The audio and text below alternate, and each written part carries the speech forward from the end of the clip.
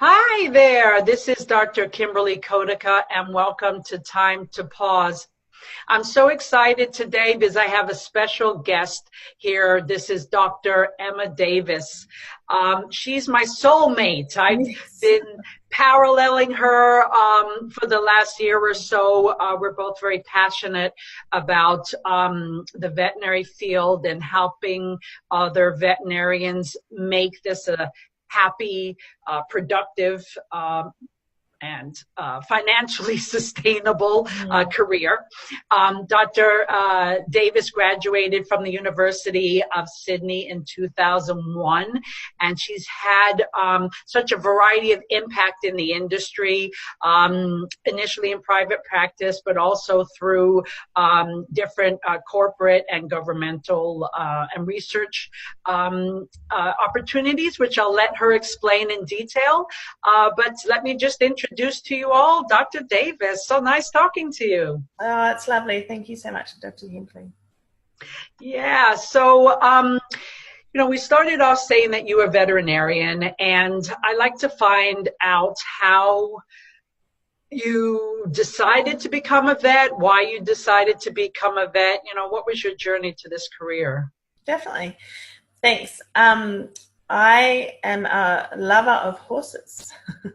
I have always loved horses, and I've always loved animals, and that has pretty much been my heart-led interest throughout my whole career. And so I might have wanted to be a vet when I was a youngster because of that love of animals, but I didn't feel able to because I didn't have any self-confidence at that time. And I did a horse degree first. I actually did 1 year of university and did philosophy, which they offered me honours in philosophy because I had no idea what to do. And now that I'm a career coach and I'm doing lots of philosophical things, I'm finding that that's tapping back in, which is interesting. I left that, I only did 1 year of that degree, and I went and did a 3-year horse degree, which is horse science, equine science. And I fell in love with equine reproduction and equine physiology. And I just couldn't get enough of it. I'd never studied until that point. I just kind of cruised through school. It was easy. I was always mid-pack or, the lower of the higher, that 75% kind of mark. But I found exercise physiology and I could not get enough of it. And I outstripped the teacher and I read all the books, and then I read more books, and then I wanted to meet the people who wrote the books. And I just got this passion in my belly around this. And one of my teachers, who was a veterinarian at that time, said, "You should become a veterinarian." And I said, I always wanted that, but I'm not smart enough. And she said, "You are entirely smart enough. You should have a turn." And so I won a scholarship and went to England for 12 months and played with horses a bit more and got to the pinnacle of the horse industry, like in the Newmarket, in the racing scene, worked on the Queen stud over there. But I thought, no, actually, I do want to become a veterinarian. So I tried and I applied to all of the schools and I got into Sydney. So it's a bit of a roundabout way, but I got there eventually. Yeah, well, no, I mean, it's awesome hearing everybody's story. There are many people who knew from a young age, but it's even better, those stories where opportunities and interests and passions kind of created the moment for you. So, yeah, that sounds incredible. And it's actually interesting, like you said, no learning is for naught, because your philosophy, education and lessons kind of have continued to help you as you. Yeah, and the other thing I learned out of that is the power of encouraging people, because that teacher, Bridget, I've kept in touch with her for the 25 years of this journey, or a bit longer now, 27, I don't know how many years. But we're not counting. No, she impacted my life so much just by that simple conversation of encouragement. Because if she had not stepped in and said, I see you, I see what you're doing, I see you're doing a great job at it, have you considered this? And then countered the story that I had with, just a little bit of encouragement. No, Emma, I see that you're smart, I see that you can do this. I might never have tried that door of opportunity. So it's really powerful, the impact that we can have in people's worlds. Yeah, being nice and encouraging doesn't take much, and it can really change your life. So that's an awesome story. And any notable, you went to school in Australia. I can't imagine veterinary school differs so much. Anything about your studies during that time that is noteworthy or worth mentioning at this time? Was it easy? Was it hard? Oh, it was really difficult, really challenging. What was difficult for me was that I was from the capital of Australia, but it's a bit like Ottawa in Canada. It's a very quiet capital and a bit of a sleepy capital, and it's full of horses, so horses everywhere.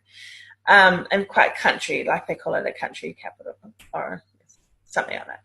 Yeah. And to study vet science, I had to go to Sydney, and I'd never thought I would live in Sydney. And for a country girl who loves riding her horses and chilling out with animals at the end of the day, to be in a city for 4 out of 5 years was a big challenge. And so it challenged all the other parts of me, getting a flat that we could afford. There were some very interesting flats that I lived in, and then, I changed where I lived every 12 months, which is quite disruptive, and just the challenges of the city. It was great. Like I first lived with like an international house and met lots of people that I'm still in contact with, a couple of them, and who are in Australia studying, and met lots of people, learned how to socialize, I already knew how to socialize. I'd done a degree, but but then I had to settle down and learn how to study, and I just recently really learned that in my schooling. And so that discipline that you needed to get through was a challenge, but and would take me to the edge of coping every semester, and then I'd do really well in exams, and then I'd have a bit of a breather.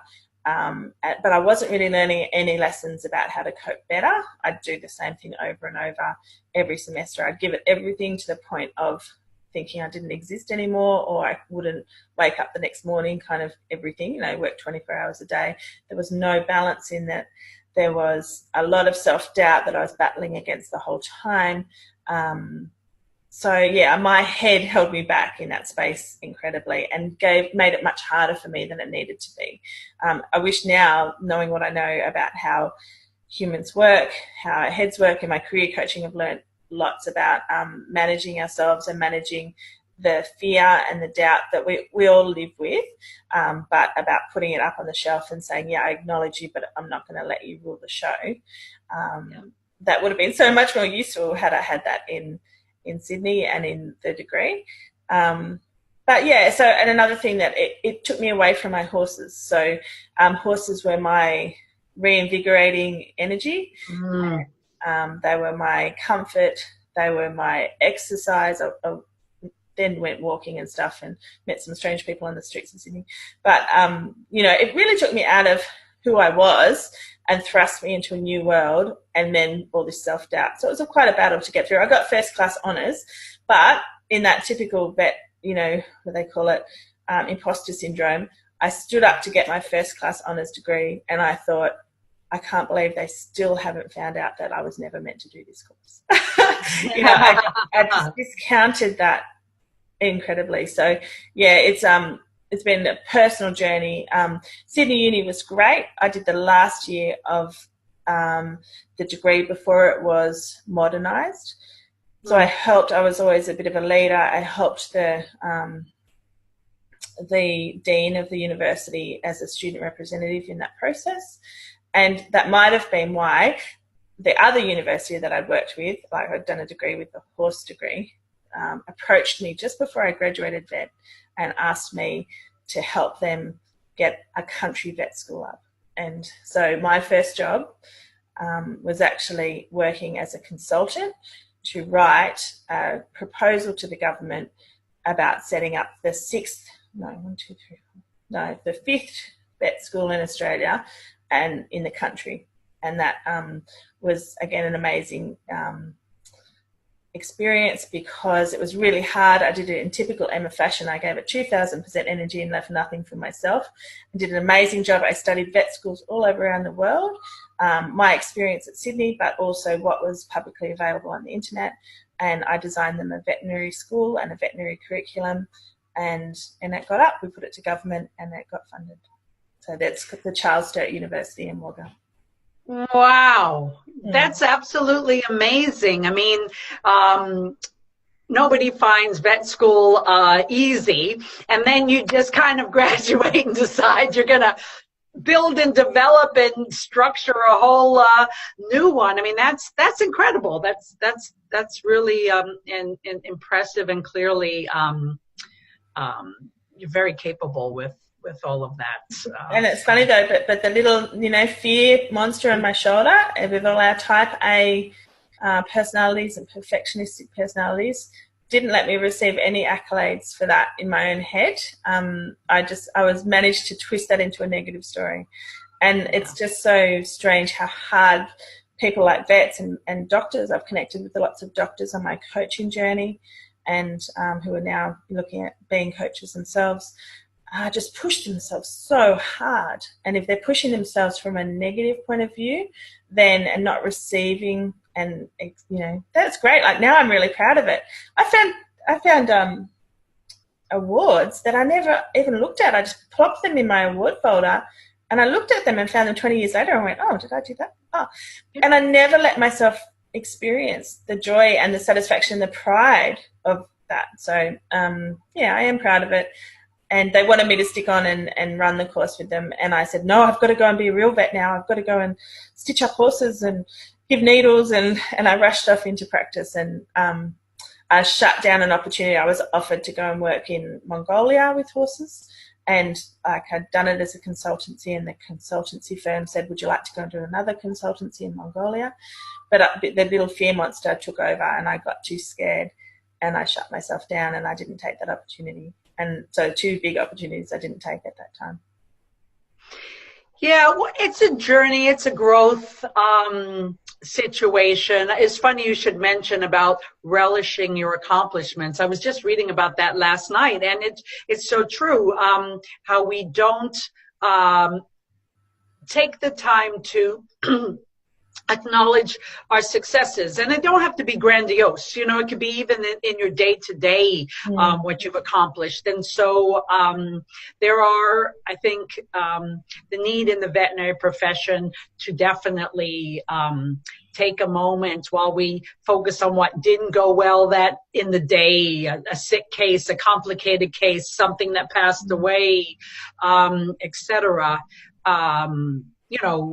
Taking a moment of a small thing learned, and an appreciated comment or phone call, and all those things. So yeah, and that's good.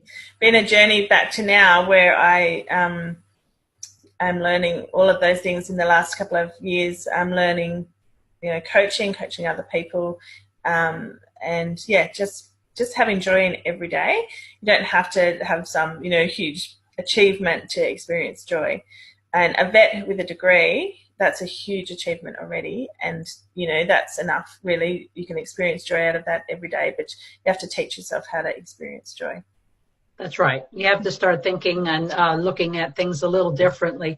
So you have many reasons to be joyful, and you were able to, there were some opportunities you didn't take advantage of, that's fine, because when you make that decision, there are also other ones that you did take advantage of. So how did those next steps in your career pan out, and how did you make decisions, especially, for newer recent graduates? They're in the situation where they may have multiple job offers or opportunities in different industry versus private practice. So I like to kind of talk about how decisions were made and the pros and cons. And yeah, that's a great question. Thanks. Interestingly, I had done the consultancy, and I was very close to the Dean of Sydney University, and it was very strange for them that another vet school would be considered to be started up. So I went to him and I said, look, they're talking to me about starting up another vet school. They'd like me to do that work. And he said, oh, they're joking. But then I went back to him and said, no, they're actually serious. And he said, oh, okay, well, okay. And if you're going to do it, then make sure that you get paid really well. So I had the support of my uncle, who was an international consultant, and his consultancy group, and they said, you can come under our umbrella and we'll look after you for your first consultancy, and wrote a contract and stuff. And I was paid $500 a day. So that was 20 something years ago. And that was great. So I bought myself a car. I paid off some student debt. The first 3 months of work, I think it stretched into 4 months, but was really well paid. Funnily enough, though, I didn't walk away and think what I have to offer is valuable. So I took jobs in the veterinary profession that didn't pay well, and I felt grateful to have those jobs. And it was such a different positioning of myself. At the start, I'd learned and I'd experienced, hard work is good money. And I should have made that my norm and my standard. But I went back into the mode that I think, looking at the profession now and some of the issues I know that it has, a lot of new graduates don't feel quite worthy to be there. They're surprised that they're there, and they take less, like a lower standard than they should. And so I took jobs that were a lower standard of management, like there was some really rough management, some very poor emotional intelligence of some business owners and some veterinarians that were in these businesses, and poor remuneration, which just put a lot of pressure on me financially. And I was just chasing the horses. If they had a horse surgery, then I was there.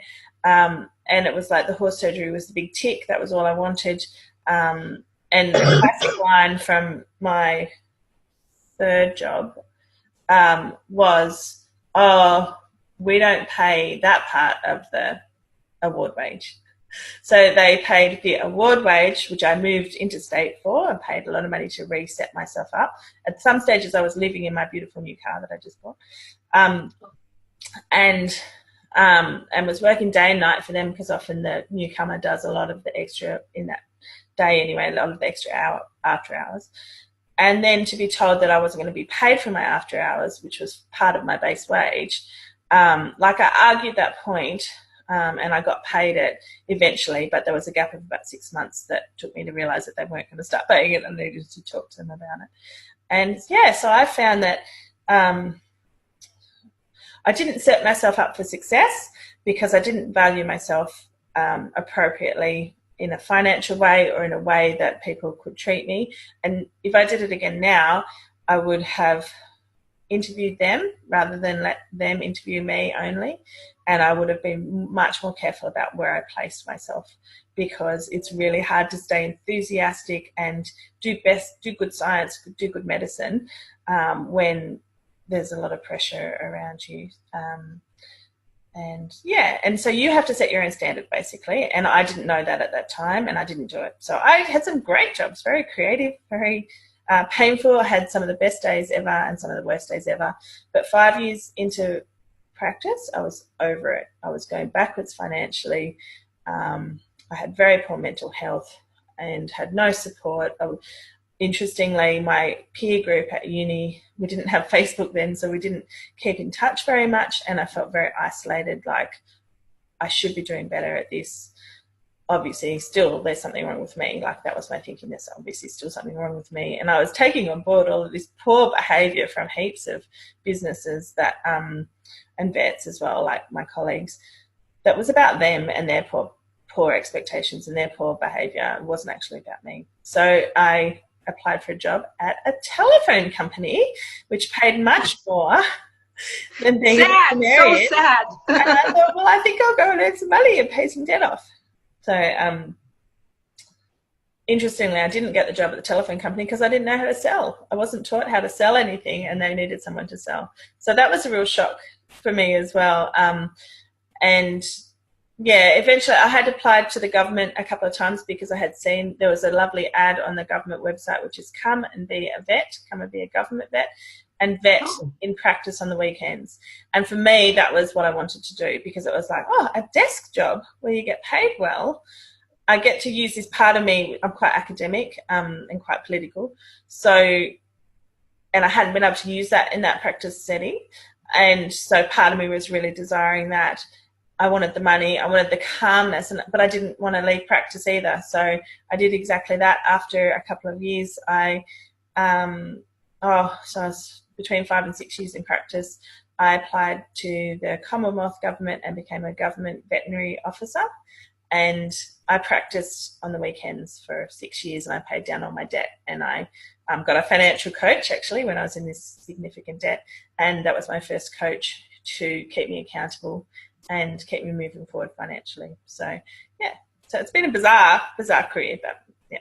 So wonderful. No, it's a wonderful example of, taking advantage of opportunities, keeping your eyes open. Thank you so much for mentioning that sometimes we get into situations which maybe at the moment we don't realize aren't our fault, the energy or the impact of colleagues and work expectations, are not a direct reflection of you or your value. And that it's very hard. It's very draining emotionally. And so, that's not a good work environment and place to stay. But no, it's not a direct reflection of you and your resources. So, but I know that you found your forte and your niche working with the governmental, as a governmental veterinarian, and you got exposed to a lot of different situations. Can you briefly tell us about that? And then I want to kind of go into some of the personal learning that you've and awareness that you've developed through all of these experiences. Yeah, great. Okay. So just to pre-frame that, I loved vet more, like being in practice more when I was doing it part-time on the weekends than I ever had before. Part of that was the team was excellent and had an excellent practice manager. And some of them are my dearest friends still to this day. They're in my local town out here. But it was really different. When I had some sleep, when I had some money coming in, I didn't have to worry about the money coming in. When some of those needs, I had a stable place to stay, and I had confidence being built back up, then from that position, I loved vetting. So I enjoyed the next 6 years of vet. I'd done the hard yards and I'd got my skills up, and I could do surgery and I could practice, and I'd seen most medical cases, and I'd referred, and I'd done lots of stuff. Done it really tough to get there, but I kind of accomplished that. And then it was like a blessing to practice on the weekends and have someone value me, like be so grateful that I was there to help them, pay me better. Like they were paying me more than twice what I was getting in practice for the same hours. It was amazing, and I think that is what should be our experience of working in practice. But anyway, yes, I loved government. Straight away, government ticked so many boxes for me. It was the time frame of highly pathogenic avian influenza, when we were all talking about that pandemic emerging and sweeping through the world. Our neighbour in Australia is Indonesia, and a highly pathogenic avian influenza was killing people in Indonesia, and still to this day is, because they live in very close connection with their poultry. They have a lot of, every family has some poultry, not necessarily in the bigger cities, but for the mass of their population, that's a reality. So all of a sudden I got into the depths of where science meets policy, and we were impacting people's worlds in a third world country. And, every effort that we were doing was improving lives. Like you could see it, like it's beautiful to help someone and their beloved pet. That's beautiful on that scale. It's a beautiful, profession that we're a part of. But to actually go in and change how another government, a neighbour government policy, like how they treat their government vets, to give them more skills to touch a population of millions, that's amazing. So that was really empowering to be part of that. I got to be part of some aid projects, so Australian aid. There was a lot of aid money around at that time. There are vets working in international aid, in Save the Children, in US aid, in what was AusAid, Australian aid, that are floating around the world, benefiting the population in all these crazy and exciting ways. So there's vets out there working on Ebola virus. There's vets out there working on improving animal welfare in food animals, food-producing animals. There's vets working to stop diseases crossing boundaries and borders or coming overseas. My passion, what I wanted to do first, was to work in the north of Australia, because we have migratory pathways for birds to come from actually right up the top of the northern hemisphere. They actually come right down the globe and into Australia, and that's an annual pathway. And there's these diseases that can be carried by these birds that they're just carriers of, and that but get expressed in other birds. So if they poop into the water and a local bird picks it up, then, and this is how avian influenza was transmitted around the world as well, it can get picked up and kill out a whole, flock of birds, and then have that crossover into humans. So it's a really interesting dynamic, and so I just loved it. I was like, wow, what are these vets doing? Like, I didn't know that you even existed. The Chief Veterinary Officer of Australia, every country has a Chief Veterinary Officer. It's how we do trade. So if you're not familiar with it, and it was a whole new world that I didn't even know about. They might have told me something at uni, but I had my ears shut to all that. I wasn't open to that, understanding the opportunities there. So there's a Chief Veterinary Officer in each country who is the head of what's called a veterinary service, and that veterinary service provides a structure and control over the animal diseases and welfare in that country, and then and basically at different levels interacts with the veterinary industry. So you guys have got vets in practice who will do the certification for an animal to leave the country. It'll do some tests, check its status, rabies particularly, different status of different diseases, do the checks, give the vaccinations, sign the certificate, and pass that information back up to a government vet who will enable that trade or movement to happen. And so all of world trade in animals and animal products is based on veterinary signatures, on veterinary certificates. And so the responsibility that the veterinary profession has, and the impact that we have, and the value that we have, is huge. And I didn't understand that. I was so busy trying to learn the medicine, stitch up the horse. I think my first horse stitch up, it was a bit laughable. You know what I mean? But all the practical skills, and yet we're part of, we have a direct impact on the diseases or moving around the world, or stopping them from moving around the world. And then things like Ebola virus, obviously, whether that is then really directly impacting the human population as well. So it's obviously something I'm really passionate about, and it's I was like, how did I not know about this? Plus, it's often a desk job with travel. I get to talk to the bosses of the different industries, talk about how their industry is going, and have influence. So it was, I loved it. Yeah, no, that's great. I mean, I can hear your energy, just talking about these things, clearly a passion and interest of yours. And just going back to when you were talking about the energy you brought to the weekend job, one of the things I try to get out to the people that when I'm coaching them is what makes your life worth living is the joy and energy you feel at any moment and in any day. And if your work is not contributing to that, or your circumstances are constantly draining that, then maybe there's an adjustment that needs to be made. You're so eloquently, talked about all the opportunities, or not all, but many opportunities of a different aspect of a veterinary career. I hope that some of our listeners, that are looking or who might be interested in this type of thing, or looking for a change, may kind of open their ears, sprout some interest, and they can reach out to me too. Yeah, because that would be awesome. Yeah, because of this passion, and because there's people in our field. So I've got two main things. One is to break open the term veterinarian so that it's not just practice, because a lot of vets fear leaving practice because they fear that they won't be a veterinarian anymore. In my books, I'm rewriting the book. If you have a veterinary degree, you are a veterinarian. You may be a veterinarian who's not practiced for 20 years. You may be a veterinarian who is also now a doctor. You've done 2 degrees or a lawyer. But you're still a veterinarian. I'm sorry, you can't get out of it that easily. You are a veterinarian. Yeah. So that's one thing. And our whole work, so I have some business partners in a business called Global Veterinary Solutions, and we are passionate about having our profession united and know that you can be in practice and you can be out of practice and then you can retrain a bit and go back into practice, and that a veterinary degree is an amazing tool to have.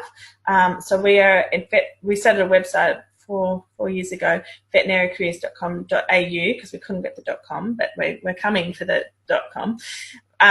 So it's an Australia site, but it's an international site at the minute. And that is for jobs outside of practice, because we need to let people know that there's lots of opportunities. And yes, love practice, that's great. If you only want to practice, that's amazing, because we need people who only want to practice and get everything they need out of practice.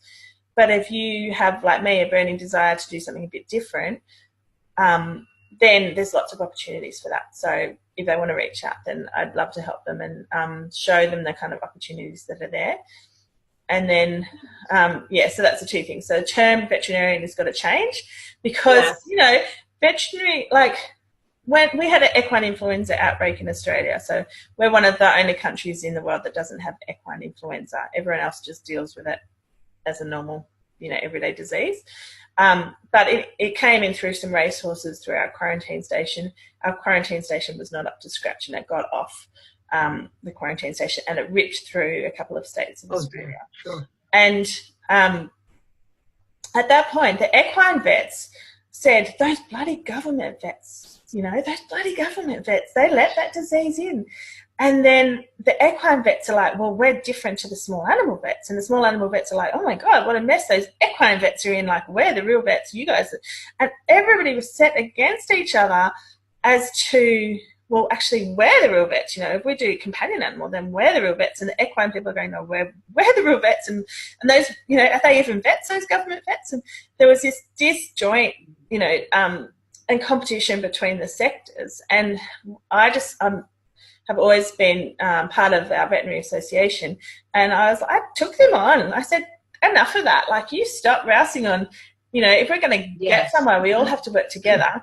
And I'm just as much as a veterinarian in government role as you are in practice. So, and that's been like a passion of mine and my colleagues for 10 years, just to say, you don't have to ever work as a government vet, but you have to acknowledge that for our profession, we're all equally important, and we all need to work really well together to basically do the veterinary roles in society really well. And so from that point, veterinary careers is about educating our profession about the opportunities, but also educating society about the worth and the value of the veterinary profession. Yeah.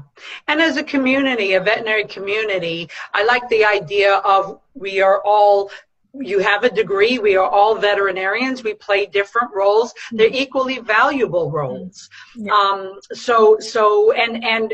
it is important that we not point fingers and actually we're more alike than we're not alike. Hello. And you get much more out of a joint power and community. And again, I know that especially in this day and age that we were talking earlier about the One Health, that's a tremendous impact that as veterinarians, a role that we can play. So there's plenty of opportunities out there. Emma can fill you in, at least point you in the right direction, right, no matter what you want to do. So tell me, how did you go through your more personal journey and personal development in terms of growth and strategies that might be relevant to all us other veterinarians? No worries. Yeah, thanks for asking that. And it's definitely a journey, and I'm still on it, but I've had some great breakthroughs in the last year. I think for me personally, it's becoming a mum. I became a mother 4.5 years ago to a beautiful daughter, Jasmine. And only through that process did I really question how I was living, because up until that point, I had run my life as I was going to run it. I drove myself with a stick. You know, I really pushed myself really hard. Like I was saying, I didn't let myself stop and experience the accolades and the pride of achievements. I just thought I have to achieve, and I have to keep achieving and have to keep achieving. I drove myself relentlessly. Now that's from personal pain and my journey as a youngster and the stuff that, you know, I took in as a child. So basically you take in things without any filter up to, Yes. 6 or 7 years old, you just believe what people tell you. And so that is where my deep set lack of confidence came from. Now it's gone, so that's okay. But and I just took it on board and I just lived that life. When I had Jasmine, I thought, like, I kept doing it. My tendency is to drive myself. But if you drive yourself and you're not looking after yourself. And then I was bringing Jasmine along for this ride of crazy, you know, achievement. I was fighting a big fight at government, that's another story, to stop them from giving the vets a pay cut. I would put in extra hours on that. I would, you know, give a lot of myself in that space. I'd do a lot for the Veterinary Association for free. For the sake of the profession, for everybody else's sake apart from me, and now it was my family as well. But then when you become a mum, you know, you're living for your child and you and your family, and your whole priorities get set around. And I've just really had to reevaluate how I was living. So in the last few years, I've left government. I was there for over 12 years. I've left government because, as much as they said they're a flexible workplace who was supportive of having families, they're not. It's still a masculine-driven environment with very little capacity to value those people that are now mums. They let them work there. They'll give you the flexible working hours, but I was not allowed to have, I managed a small team, but I was capped in stepping up any further or going into different opportunities. So it was capping my ability to express myself in my career there. Plus my values didn't line up with them when they gave the vets a pay cut. That I just wasn't able to work there anymore because my values are just not in alignment with that at my core. But yeah, I think that was a big transition for me, was having Jasmine and then thinking it's not just me that I'm living for anymore. Yes, I need to bring money in, but I also don't want to model to Jasmine just working for money, so that the government, you know, was in a comfortable salary and but it wasn't my passion, and so I wasn't living from my heart, and, you know, getting quite depressed sitting there going, oh, like, if they just let me have a run at it, like, I can do all this stuff if they just let me. They're just, you know, I'd been there, proven myself. I'd worked internationally for them. I'd represented Australia. You know, I'd done a lot of great stuff, and that wasn't coming through anymore. So I guess it had its you know, beautiful 10 years evolving in that. I had some amazing opportunities and loved them and did them well. But as soon as I wasn't in alignment, I wasn't doing it well anymore, I didn't want to model that to Jasmine. So that's been my journey. And then I've just had to focus, like, if you're not working and picking up extra things, you can still pick up extra, you know, projects. We renovated 2 houses, we built a house, we started a business, I did a website on the side. You know, I can still drive myself relentlessly even outside of the career. And then that's been my final part this year, has been like, I can still drive myself relentlessly, feel busy, or like I'm very attached to the feeling of being busy because it brings significance. It did bring significance for me, and that I had to face that. Why do I need this significance? Why am I driving myself like this? And then, you know, so done some health coaching with Sam Brent. Health coaching is amazing, and we're looking at self-love, self-care, and, you know, things came back to me that was spoken into my world when I was a child that probably just set me on that path of I've got to achieve to be acknowledged, to exist. I have to achieve to exist, and to release myself from all of that and just go, I am who I am. I'm perfect. No, let's say I'm imperfectly perfect. I'm human, you know, and now as a coach, you know, I know how to lead other people through that, how to know the fear but not and the fear will always be with us, but it doesn't need to be in control of our lives. And it doesn't drive us. Yeah, and it's so releasing. And to stop and experience, to be proud of stuff, to experience joy every day. And I don't need to do a big achievement every day. It's just to experience joy, to be the mummy, to have a quiet cup of coffee and know that that's enough. So my significance is from being me and accepting me rather than having to change the world. Now, I still have big vision because I've got like a big vision for helping the veterinary profession, but I'm going to do that in a balanced way that's good for me and it's good for my family. And then I'm hoping that Jazzy, again, will do great things in the world, but she'll drive herself from a place of self-love and of, being balanced and wanting to change the world for good, and not from, a fear of not being enough. Yeah. Well, it's interesting. One of the things that come up a lot is also in coaching and things is not only just personal growth and development, but I think, I think it's okay to evolve in your career. And so I think a lot of people feel guilty. Well, I used to love being an equine vet, and it just doesn't have the same impact on me anymore. And maybe now I want to go do something else. And I think whether it's self-imposed or community-imposed, there's a sense of failing. Yet in so many other professions, you're broadening your skill base. You're expanding. You're climbing the ladder. So yes. I think there's absolutely nothing wrong. And I also think it's good for us to be constantly learning. And I think when in that learning in the veterinary profession, and therefore there are opportunities for growth in areas to have an impact, and that we should take advantage of it and not be embarrassed by progression or change or doing something different. Yeah, that's right.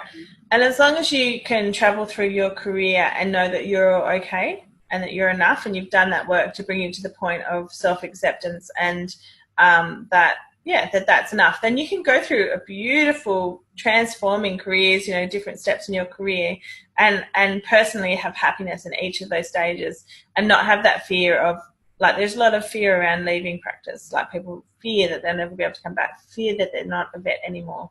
And you don't need to have that fear. You are a vet. You're a vet who's doing a different part of vet work now, or you're a vet who's just having a few years off to be a mum, or off. Oh my goodness, I've got a 4-year-old. It's not really off. Sorry, I take that back. That's very masculine thing to say. Who is investing 4 years concentrated or more energy on raising amazing children, and that's a huge effort. It's not a sideline. It's a huge effort.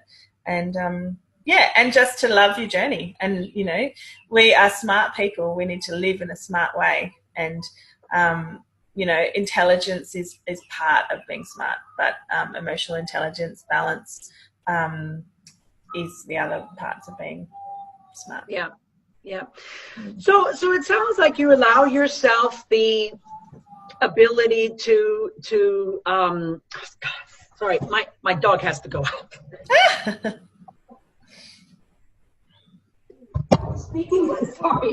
Speaking of all the things that one does as a mother, sorry, now I've totally gotten off my groove. You said I have to allow myself the ability to. Sorry. So I'll just move on. Sorry about that. You've allowed yourself the ability to be content with happiness, what you're doing, whether it's having a coffee or pushing a project, and that's wonderful. And I think we should all learn to appreciate different moments and things like that. We both talk to our clients about resilience and re-energizing and doing those things that create passion. And I'm wondering, if there's anything in particular you like to do in your routine, if you have a routine, or in your day or in your week that you conscientiously make sure that you do in order to build yourself up. Definitely, yeah. That's something that my health coach has helped me from this year. So I'm personally being coached by a business coach and a health coach. Last year I had 3 coaches because vets don't like to do things by halves, and you should really push yourself as far as you can. So I've backed off to 2 coaches, and I'm learning from each of them, and both of them are very much about having that routine. So for me, it is about, I have a morning ritual, which is a gratitude ritual, speaking out affirmations over my business. So I want to change this profession. I want to bring this balance to the profession. I want to impact people's lives, and I am, and that's empowering. So it's like an empowering affirmation. And then, and also I've changed those affirmations around from changing the world, that was all last year, to, yep, I'm going to change the world, but I'm going to do it in a balanced way for my family, and that's equally as important. And so start with gratitude, what you're grateful for, run into affirmations, and then run through visualization. And that's all to music, so it's fun to set your songs up that mean those things to you. And I've evolved in that as well. I had songs last year and affirmations last year, and now it's evolving into the next step of my journey. And yeah, it's a 10-minute routine, and it's really powerful. And another thing that I'm trying to do, particularly as I was realizing I was getting frazzled, but I wasn't at a job. So what was I getting frazzled about? I'm trying to build my business, is that my tendency to, it was that still feeding that I'm not enough, I'm not doing enough, I'm not earning enough, I'm not, so to meditate, and I'm learning how to meditate daily in the middle of the day, and that just is a reset button. Like, I do too many projects. I'm learning how to say no. I've said no to lots of things. Saying no to lots of things says yes to the lifestyle that I'm envisioning. And but yeah, a reset in the middle of the day with a 15-minute meditation is fantastic. And that's called One Giant Mind, if anyone wants it. It's a free app, and it teaches you how to meditate for 15 minutes a day, and takes you through 12 teachings, and then you can go on with them. So if it's a paid one, it's like a once-off paid one, but it's called One Giant Mind. And it takes away all of the concerns about meditating and brings it down. It's like, don't worry if you're doing it imperfectly. Don't worry if other thoughts are coming in. And it just frees up all those, reasons that we don't do meditation. And, yeah, it's great. So I'm really enjoying that as well. Good. Yeah. No, it's nice to do a few things that are in your list of rejuvenating, calming, soothing, getting you recalibrating.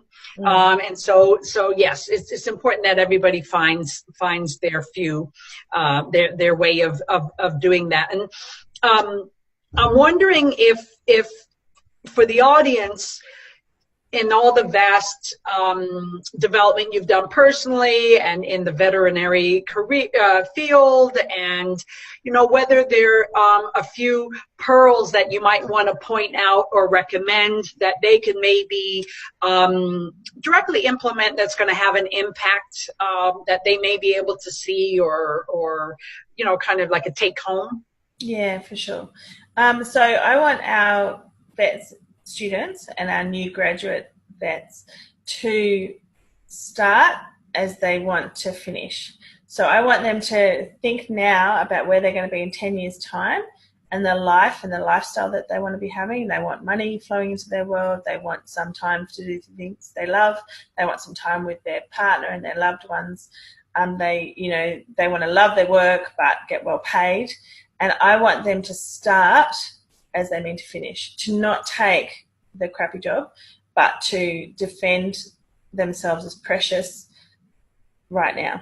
Doesn't matter if you're a student. It doesn't matter if you feel that you're not enough. I'm telling you are enough.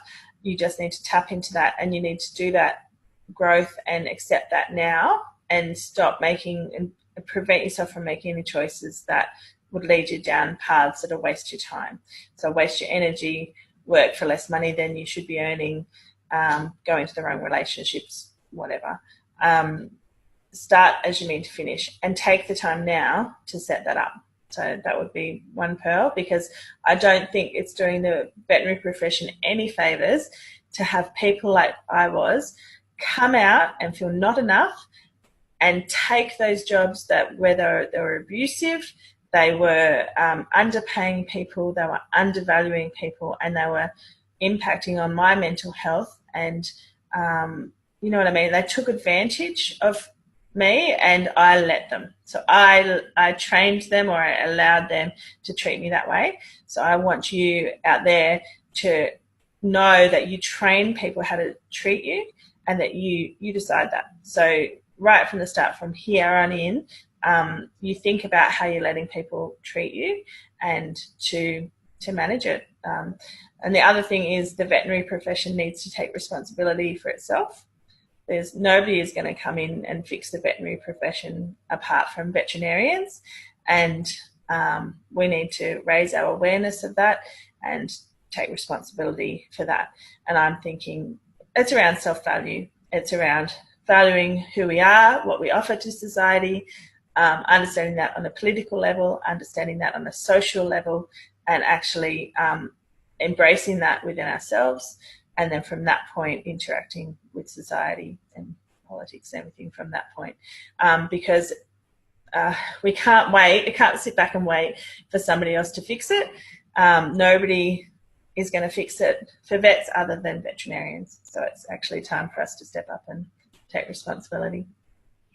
I think those are very poignant words of advice, excellent pearls. You know, being that I work with new vet grads as well, you know, mentoring them, I can't underscore what you said more, because I think a lot of the time they're so very focused on learning the medicine, recognizing disease and surgery and all these things, which are very valuable. I mean, we've all been there, and we know the pressure we put on ourselves to do that. And but the point that you make, that once you're exhausted and burnt out, and you've fostered an environment and a team and friendships and that are toxic, and you're 5 years down the road, 1 year to 5 years, I mean, I've seen it all along the spectrum, it's a little bit too late. And so, you know, yes, as you're in your first year, you're getting the skills, the medical and the veterinary skills. Let's also learn what I would argue is some other important veterinary skills of boundaries and resilience and self-pride and other things that are really going to allow you to set up the way you were mentioning. And you know, coming together as a veterinary community to stand up for ourselves, to be unified with expectations. You know, we're a power if we really work together. So I think those are brilliant. Totally. That's great. Brilliant pearls. So thank you very much. So if you would like to maybe just share with the community an email, a website of where they could reach out to you. Yeah, so you can find me on Facebook, Instagram, LinkedIn as Dr. Emma Davis, veterinarian. And also our website is veterinarycareers, or one word, .com.au. And you can reach out and send us a message through there, and you'll get back to me. I've also got my career coaching page on that website as well. So lots of ways you can reach out. I'm happy to chat with anyone.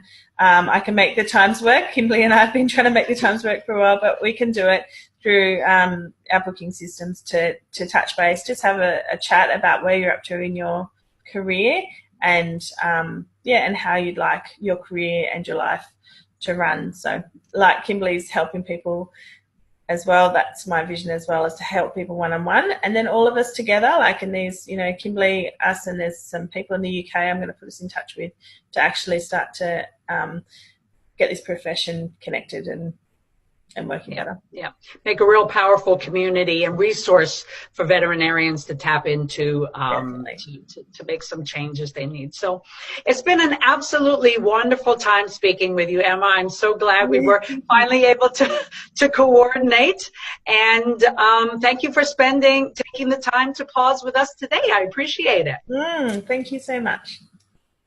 Bye now. Okay.